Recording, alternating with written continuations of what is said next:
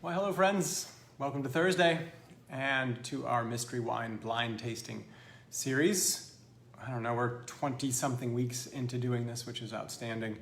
And we have a cadre of a group of individuals who have developed their palates around this tasting and in other tastings and bring all of that to bear on an experience like this one each week. So if you're new joining us, I'm excited to welcome you, and if you're not, thank you for coming back. We've got the Walters here, we've got Matthew here. Matthew, it's great to actually meet you in person this week, thank you. McCarty's are here, they do a date night around this tasting. Good evening to all. I've had an interesting couple days of tasting some really interesting wines, great wines. I had a chance to taste earlier tonight a 1990 Chateau Osan, which is pretty remarkable. Isabel, hello, and Carrie, how are you? And Kathy's with us with Trisha and Andy. A big shout out to everybody there. I got a chance to try a really lovely Pauillac from 2010 today that we'll be bringing onto the list. We got a chance to celebrate this week too, winning a Rammy, which is super exciting. Sharon, hello. Great to have you with us this week. And Kristen, hi. Thank you for your wonderful comment there about learning so much each week. I do too. I get to learn a bunch each week. I think this is really cool. Matt's already picking on Kathy, saying that she's already telepathically picked out the wine. Steven's with us, which is great. Thank you, Steve, for joining us. Lorna and Craig are here. Hi, Susan. How are you? Great to have you two this week. Matt and Kathleen, are you not also dining right now? That's pretty cool. I think they're actually downstairs. Last week that happened with Chris Shirley, who is dining at the present moment and then chimed right in while watching on his phone.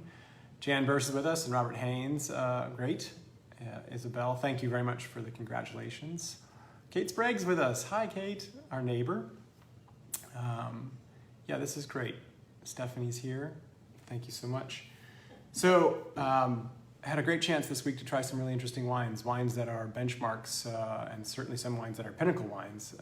But as I get a chance to try more of these wines and taste them, I'm tasting them in the same way that perhaps you guys are too, in that I no longer just kind of sip wine. I'm looking at a wine, I'm evaluating it, I'm thinking about what the wine has to offer by way of its taste profile, by way of its flavor profile. And that's the exciting part about what we're doing as a group right now, coming up with a wine together. I'm far more capable of tasting something blind with you guys than I am on my own. So delighted to be back with you tonight. Thank you very much for the congratulations. Yeah, it was really exciting. You know, it's nice to see the Virginia countryside, the Virginia Piedmont, be recognized as it was in that awards ceremony. Three Blacksmiths won for Best Fine Dining Restaurant, and Trummers won for I think Best Upscale Brunch, and a number of others were nominated. So there's some great dining to be had and some wonderful wines to be enjoyed out our way in the Virginia Piedmont. Chris, hello. How are you tonight, sir? All right, folks, shall we? Let's taste a red. We've got a red tonight. I thought I'd kind of kick off things before we kind of dive in. Candy and Kevin are with us too, great. Before we dive in sort of to working the grid, and as reference, remember, if you want, this is on our website, or if you, when you pick up the wine you want a copy, we're happy to print one out for you. This is just a great way to kind of go through and to categorize what you're smelling, what you're seeing first, then smelling, and then tasting, and then bringing all those elements together to kind of arrive at a decision that is deductive as much as it is sort of reflective. So if you've had this wine before and you can reference that from your taste memory, all the better. But if you haven't, you can still work a wine and try to arrive at what you think it might be by taking what it isn't away from the table and then working your way down to what it might be and then arriving at a wine. And so we're going to do that, and that's what we typically are doing in the deductive process of wine tasting each evening that we get a chance to do this. I also kind of wanted to spread out for us, like what's the spectrum sort of varietals before we even put our nose in this one, kind of a broad spectrum. And by spectrum, I'm thinking of intensity. And so at one end of the spectrum, hey, Rick, how are you this evening? Rick popped in, I think, in to get a burger tonight. So maybe you're enjoying a burger and doing the wine, which is awesome. But a spectrum, so on one side, say the lighter side of things, let's say Gamay and Pinot Noir, and on the other side, a really more robust profile of something like Tannat or Petit Verdot or Cabernet Sauvignon. And something in the sort of moderate side of that would be sort of Blaufränkisch, maybe Merlot, maybe Shiraz, Syrah. And that all depends on where it's grown and what have you. But in the middle, you might find something like Valpolicella, and maybe you have a little Sangiovese. And so I'm thinking usually of this kind of spectrum. I think about varietal options along the way of intensity. And so when I'm tasting a wine for intensity, for body, for robustness, and it's got a bunch of tannin and a bunch of power, and it's inky, it's more purple than it is red, I'm starting to think about wines on the robust end of the spectrum. If it's lighter in color, it's got a little bit less tannin in profile, I'm thinking it might be on the left, or on the my left, excuse me, but on the lighter end of the spectrum. And so that's just a way to reference and to begin to build your own mental map of where things go. Create your spectrum, and as you're tasting certain wines, try to catalog them and go, all right, well, I just had Sangiovese. Was that more tannic, more robust, more powerful than the Pinot Noir I had last week? Yes, no, and there's variations where you might be crossing over, but make note of that, and that will help you as we get into this. Susan's already telling me it's time to go, and she's saying this wine is particularly deep purple. Yeah, I'm getting a little purple in the interior. For me, I get a little more reddish color, a little rubyish color on the outside rim. So I get a touch of purple on the inside. I get a definite variation along the rim, almost a little watery quality. So that could indicate once again that we're looking at potentially higher alcohol on this wine. I'm getting a relative sheeting, some tears that are forming into legs there that are moving pretty slow, which would be an indication of a higher alcohol wine. And remember, why is that? That higher alcohol is coming by way of ripeness, and that ripeness, as a grape gets more ripe, it grows up into a grape that has more potential alcohol because of the sugar that's in that grape. And so in a cooler climate, in a climate that doesn't have as long a growing season, in a climate that isn't quite as sunny or warm, you're gonna get a grape that's, relatively speaking, a little bit less ripe than a warmer growing season. So you can learn from this wine already that it's got reddish to purplish kind of color tones, and it has a pretty high viscosity and potentially some higher alcohol. So that's a really neat indication just from looking at it, right? What else do you see? Craig's saying he can smell the alcohol. I haven't smelled it yet. Yeah, it smells a little bit kind of cough drop a little bit. We talked about that last 2 reds ago when we tasted with Tony. There was a kind of cough droppy element, a medicinal quality to the fruit. That was interesting. Peter, thanks for coming in and joining us this evening. Robert's saying it might be a little hazy. Mine was decanted into this, and I don't have any real haziness on my side. I can make out letters and words almost through paper, through the wine. So it's not quite hazy on my side. Aaron and Mary, hi. Thanks for watching this evening. So cool. So going back to the idea of the spectrum of varietals, if it's got potentially high alcohol and it's got a little bit richer quality to it by way of that pronounced leg kind of tear element, it has a rim variation that indicates a little higher alcohol. Would you say this is going to be more robust or lighter? What do you think, guys?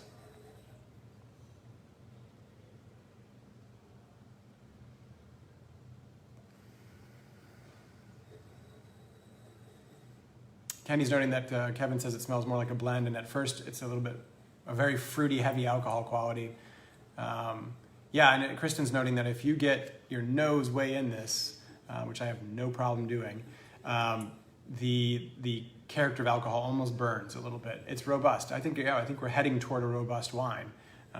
It gives us that indication in the appearance. It gives us that indication in the nose as you dig into it a little bit, or as you thrust your nose in the glass. Yeah, robust is coming through. So we're on the robust side of things.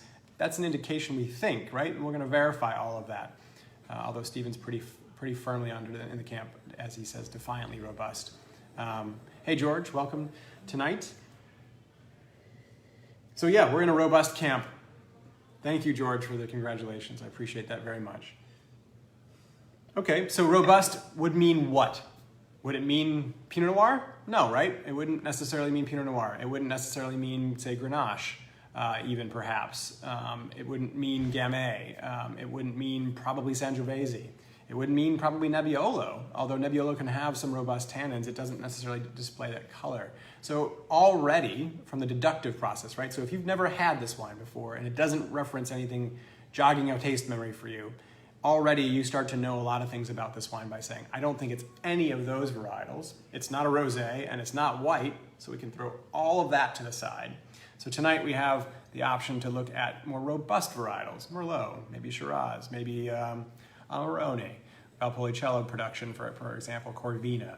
Could it be Cabernet based, a blend that way?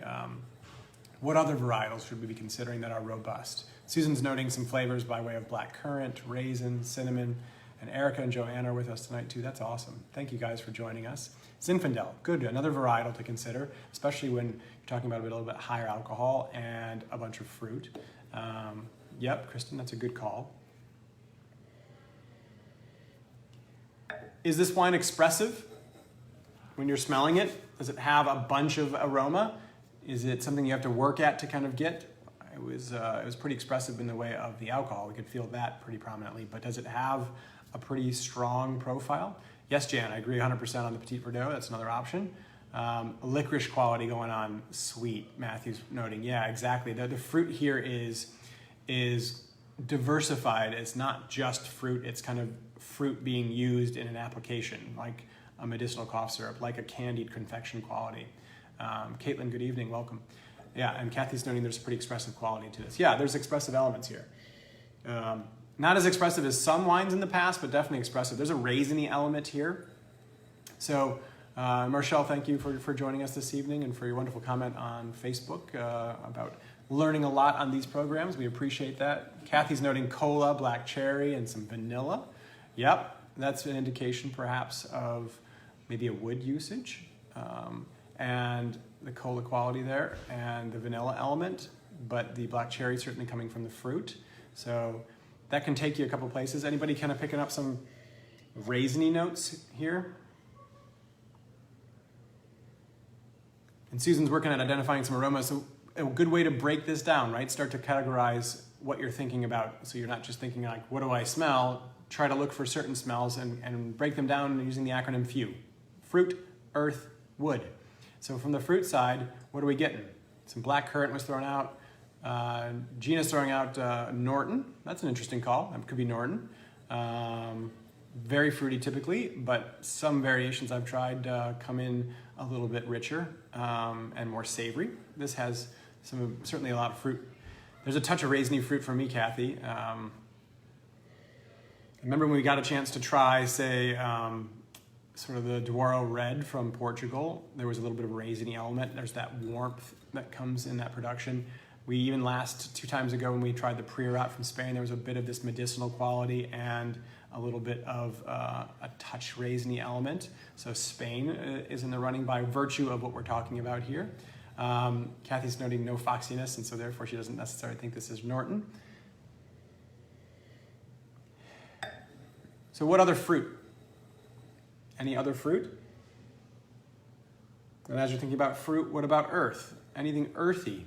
And earthy can be anything from sort of crushed rocks and minerally elements to saddle leather, to forest floor, to humus, to compost, to manure, to tobacco. Those elements are all potentially kind of indications of an earthiness and might be an indication of the varietal, might be an indication of age. Mark's with us. Hello, Mark. How are you tonight? Thank you for joining.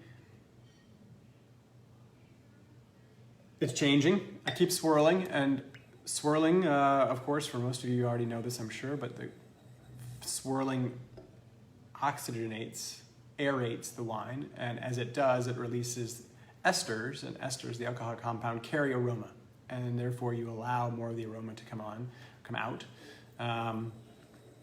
Some wet earth, yeah, cool, good. And Steve's getting some tobacco. Susan's picking up a little leather.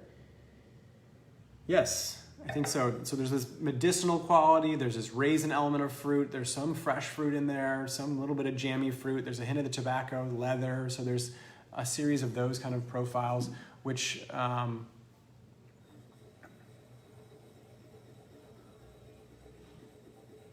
sorry, I was reading Gina's comment there. Kathy's saying she doesn't taste Texas by accident, but whatever I think of, I'm not sorry, what her comment just scrolled past. I apologize, Gina. Kathy's noting too leather and tobacco. So leather and tobacco, right? Leather and tobacco are oftentimes an indication of, say, a Bordeaux varietal or a Bordeaux blend. And a blend was thrown out earlier. And so if we're talking about a blend from Bordeaux, we're talking about 5 potential varietals that come from Bordeaux or that are typically thought of as a Bordeaux blend. So you've got Cabernet Sauvignon, Merlot, Cabernet Franc, Petit Verdot, and Malbec. Although now I guess Tannat is part of that potential blend arena. Horsiness from Candy is in a good way. Yeah, right? I mean, that's, so you get leather, you get sort of the barnyard element. Spain is an option here. We could be talking about Portugal here. What about Bordeaux? We could be talking about that, for example, here. I think some of the fruit profile might take me away from Bordeaux, but it's certainly something to consider. How about, let's say, Australia? Could we be talking about the New World? Would we be talking about, say, Zinfandel was also thrown out from California? There's a quality to the fruit here that seems more New World to me than Old World. What do you guys think?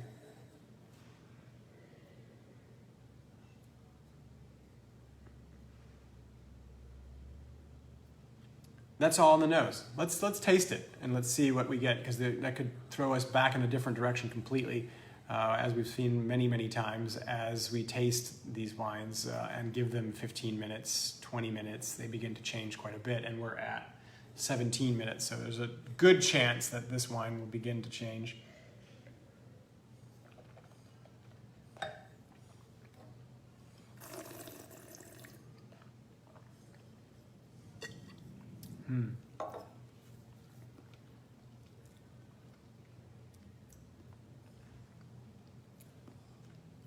Very interesting, huh? So there's still fruit up front. There's a bit of warmth. When you breathe in after the taste, you can kind of feel a bit of a burn. There's a heat, so confirming that. There's a moderate tannin, a medium kind of tannin. There's a medium kind of acidity, right? Still puckering a little bit, but medium plus. There's an interesting nuttiness. Are you picking that up on the back end of the taste? Just as it lingers, just before it lingers. Like if there's three kind of tiers of the taste. The first third was more about that fruit. The second third was sort of just textural for me, and the third had a little bit of a nuttiness and alcohol, high alcohol.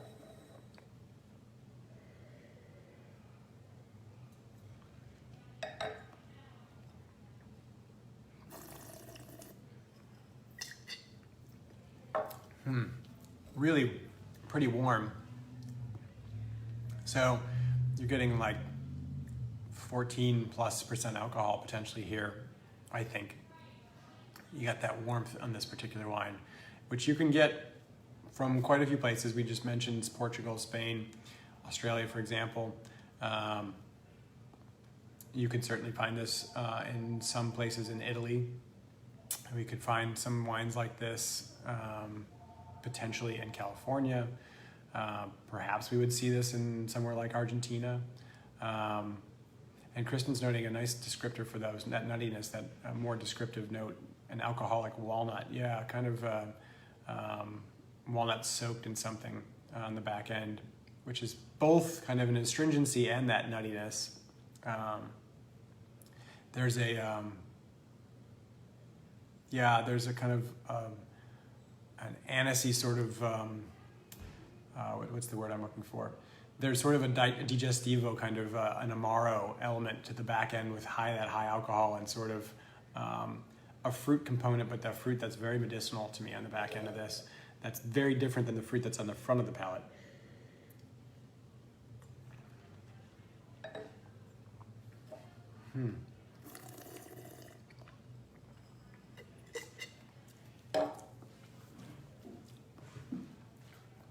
Really pronounced.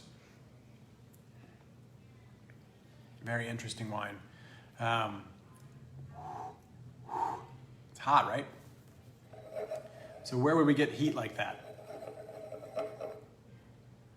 Thinking of something like, say, a Ripasso style production from the northeastern part of Italy, near kind of a production of Amarone, where you take Valpolicella grapes, the Rondinella, Corvina, Molinara.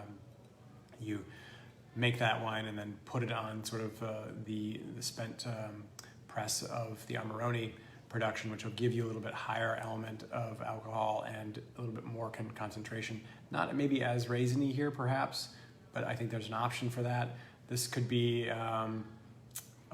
could be in Portugal, and it could be a nice, interesting blend from Portugal.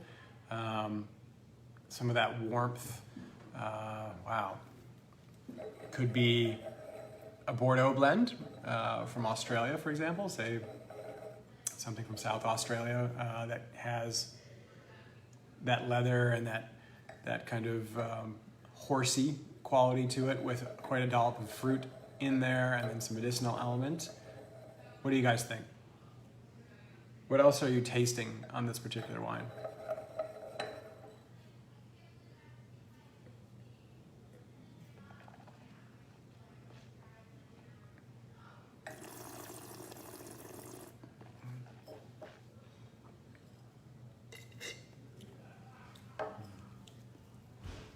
Whew. Yeah, I think I'm kind of torn right now between sort of a New World production and an Old World production. The acidity is coming on a little stronger now and is persistent. The fruit is not as prominent on the palate as it is on the nose, but that's splitting some hairs there because it's still pretty prominent.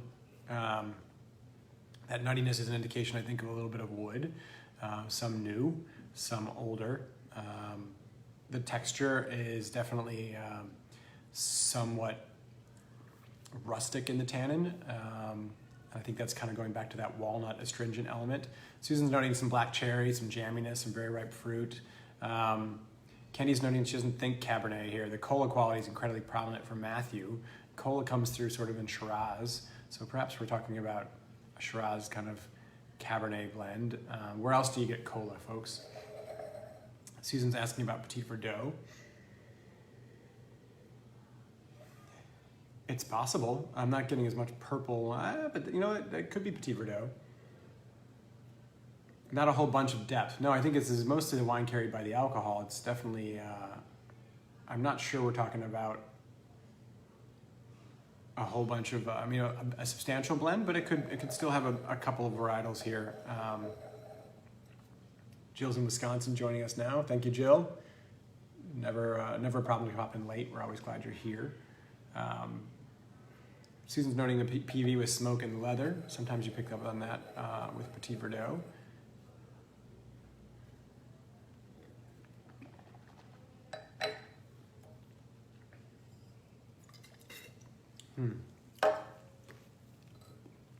Any mintiness? Any menthol element? That might take us to Australia or help us to kind of rule that out. We're talking about Australia, we're talking about Portugal, we're talking about Italy, talking about Spain perhaps. Should we be talking about anywhere else? Candy's throwing out Merlot. I think Merlot's a good idea. Petit Verdot, maybe a blend of the two. Would we be right here in Virginia, say 2017, riper vintage? This would be pretty ripe, pretty hot. Steven's getting some tea flavors. Yeah, for sure.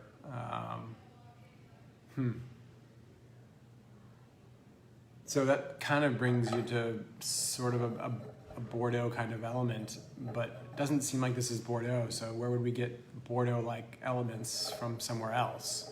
And Anne's noting maybe Argentina. I think that's an interesting call, because we could have Malbec here, we could have Cabernet, we could have a Bordeaux-style blend from Argentina. Hey, Marcia. So glad to have you watching this evening. I think by power of suggestion, perhaps by wanting, I'm picking up a little bit of that menthol element. What does hot mean, Stephanie asks? Hot means alcoholic, or having a high alcohol. And so when, take a sip And after you finish the sip, whether you spit or swallow it, breathe in. There's a heat. There's a kind of an alcohol burn, that burn associated with heat coming from alcohol. And yeah, Kathy's throwing out kind of what about West Coast with the alcohol level? So California for certainly production. What about Washington? Should we be considering Washington as a kind of a Bordeaux blend? Even maybe an interesting sort of Australian blend in Washington, which would be kind of Shiraz Cabernet or Syrah Cabernet done in Washington. This could be in that vein. There's sort of that earthen element that's coming through quite a bit. There's some of the Cabernet notes that we've had, the currant and the leather and all that. So Bernarda, Gina's throwing out there. That's a cool idea. Bernarda, there's a rusticity to the tannin that would be going well with Bernarda. I think you get a little bit darker color from Bernarda, but you know, that's not a bad call at all. I think that's a pretty cool idea. There's a real kind of ripeness, kind of enjoying a ripe medicinal element from the fruit that I'm sort of stuck more into northeastern Italy, or perhaps I like the kind of Washington idea.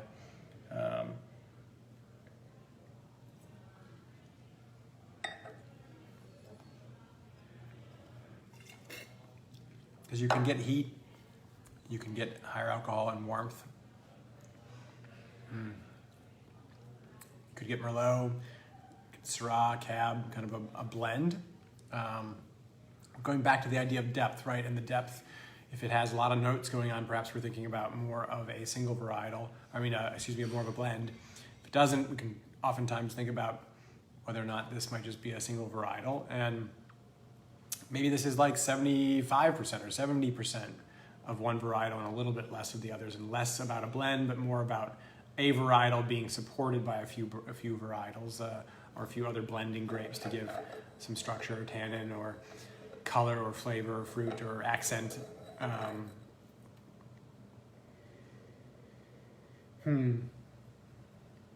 Yeah, I agree, Susan, about the warmer climate. We noted even from the beginning, this would be, I think, this carries through the taste. Kathy's also putting out Petite Syrah. She doesn't feel the tannins to go to Cab or Petite Syrah or other big ones. The tannins aren't super prominent. I mean, they're hanging on a little bit on the gums here. They're not big, but the alcohol is high. And so you've got ripeness, but not necessarily a bunch of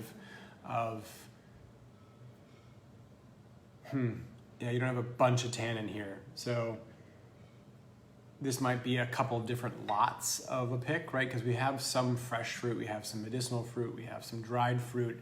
So maybe it's, let's just say it for sake of discussion, a Merlot from Washington that has a few different blocks kind of blended together to give you a little bit of this variety, but it's otherwise just Merlot, or Zinfandel, as Jan's pointing out, or Cabernet. There isn't much in the way of pyrazine, but there are some elements that kind of are Cabernet-like.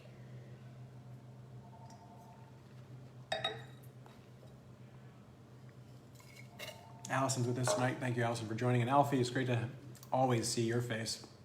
Alfie and I got a chance to work, over 10 years ago together. 10 years ago? Probably about 10 years ago.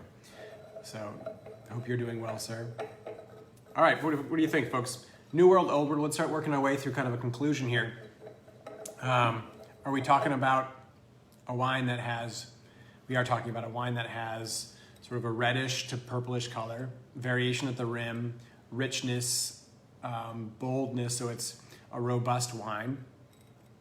Chris is throwing out Paso Robles, which is a really good idea there too. You get the ripeness there. That'd be absolutely worth considering for sure. You get some fresh fruit, cooked fruit, raisiny fruit, medicinal fruit. Kenny, thank you for enjoying the wine tonight with the steak and cheese and crab cakes. That's awesome. And Allison's coming in tomorrow night for dinner. That's great. We look forward to seeing you then. So on top of all the fruit elements that we smelled on the body and the palate, this was not a very long, lengthy wine, right? It didn't have a pronounced profile and length. It had some moderate tannin, some moderate plus maybe acidity, some very high alcohol, some tannin profile, a little bit softer than you might expect for the power of the alcohol, but it's kind of soft that way. So yeah, Paso Robles, so Central California, giving us a blend perhaps there, or it could be Grenache, Syrah, Mourvedre there. It could be a Bordeaux blend. It could be Cabernet Merlot. It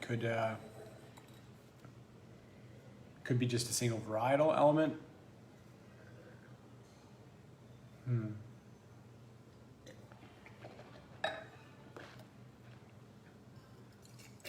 Cool. So we had kind of a split. Some people are New World, some people are Old World. Where are you going, folks? Let's put a flag in the sand, a marker in the ground. Are we New World or Old World? Where do you stand? And then let's work our way through some of the thought process on those ideas. So for me, I'm kind of split, and I think the more I taste this and the more it kind of opens a little bit, I'm picking up more tannin. The more I'm more on the New World side of things. I was considering that ripasso idea from Italy, and Candy, I understand struggling to place this tonight. I'm not clear on it. Kathy's thrown out California. Krista's saying New World. So, and Kathy's saying New World too after great internal debate. I think so too. I'm going to stay New. The McCartys are with the New. And Craig's saying Zin. Going New World for Carrie and New World for Jan. So we're in the New World. So Washington, Paso Robles, for example, California for Jan is her point. California blend is a pretty cool idea. So for me, Grenache, Syrah, Mourvedre kind of blend, Bordeaux style blend, interesting cross of the blends with Syrah and maybe Cab. And that's where I think I'm gonna head. I'm gonna stick to Washington and stick to Washington State, sort of maybe a Columbia Valley. It might be as focused as Walla Walla, but I think generally speaking, kind of a Columbia Valley sort of Syrah Cab blend. Merlot could be in there too. I'm not getting as much plum as I was getting the sort of Cab elements, the ripe Cab elements. Gina, yeah, Red Mountain. I don't know that we have like the character and the nuanced layers of flavor for sort of the specificity of Red Mountain, but Washington State, kind of overall appellation, yeah. Those tannins and acid, yeah, Gene, exactly. I think that's kind of where you get tannin softer, but you get acid and you get ripeness, and you get, irrigated grapevines, and so there's some raisiny element, but not a lot, and yet you get all this warmth, and it's hot there. I mean, I went to college in Walla Walla, and Walla Walla's on the eastern side of the state, and they have 300 days of sun every year. You think about Washington from a Midwesterner growing up in Chicago, I thought about everything in Washington as being the Pacific Northwest, and it would being rainy all the time. But on the eastern side of the state, and Red Mountain and down, you got a lot of sunshine, so a good deal of warmth. Candy's saying that Kevin's going to an off region in France. Okay, I mean there's a possibility there. Certainly, maybe southern France, something Côte de Provence or Languedoc down that way. Susan's saying 2017 for vintage. So yeah, all right. I'm gonna put.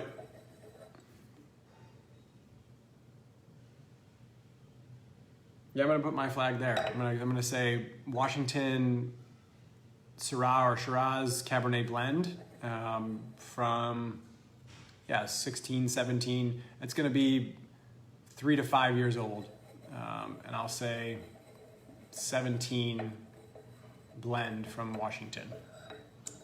Put your final thoughts down, guys. Let's see what you have.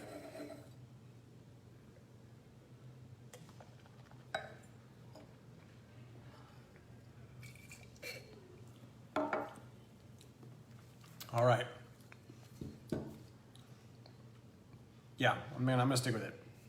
That's the closest I think I'm gonna come to it. And this is a Merlot, 6 Clones Merlot, cool, 2017. from Lodi, which is Californian and coming from a little bit more east, which is cool. Lodi makes some really great Zin. And so the Zinfandel drinkers and the Zinfandel callers was great. This has,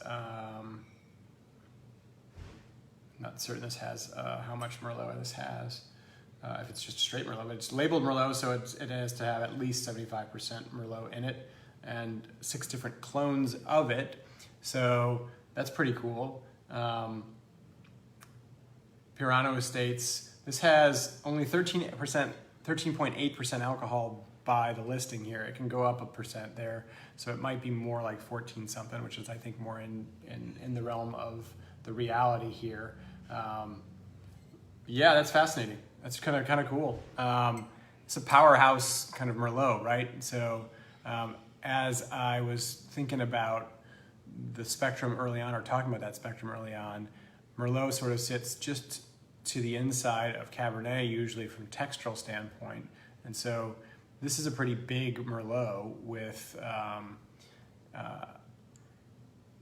great expression. Lodi is pretty warm, and Lodi is famous for, I think, more production of Zinfandel than Merlot, but they do have some of those Bordeaux varietals. And this is from 2016. So it's pretty cool. This is great, huh? This is a neat experience to try that type of wine. I don't feel terribly bad about a Washington profile there. I could have thought of California, though.